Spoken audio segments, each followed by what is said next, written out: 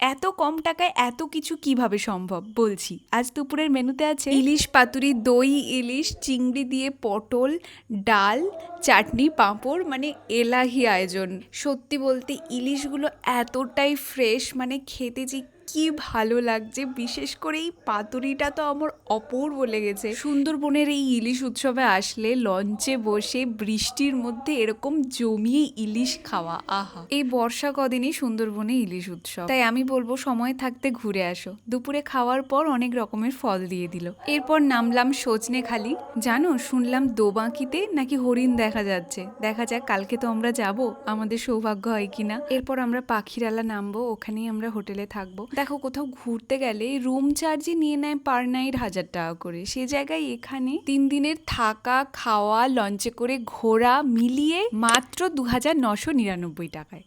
এটা কেবলমাত্র সম্ভব এই সুন্দরবনে। রুমটা আমরা খুবই ভালো পেয়েছি। সন্ধ্যেবেলা চলে এলো কফি আর চিকেন পকোড়া। একটু পরে রাতের খাবার দিয়ে দিল। ঢ্যাঁড়স ভাজা, ডাল আর চিকেন হয়েছে। আমরা যাদের সঙ্গে এসছি, TS ট্যুর অ্যান্ড ট্রাভেলস, ওনাদের নাম্বার দিয়ে দিলাম। তোমরা আসতে চাইলে ওনাদেরকে ফোন করে ইন ডিটেলে আরও কিছু জিজ্ঞাসা করে নিতে পারো। চলো, সবাই ভালো থাকো। আজকে তাহলে আসি, দেখা হচ্ছে কাল।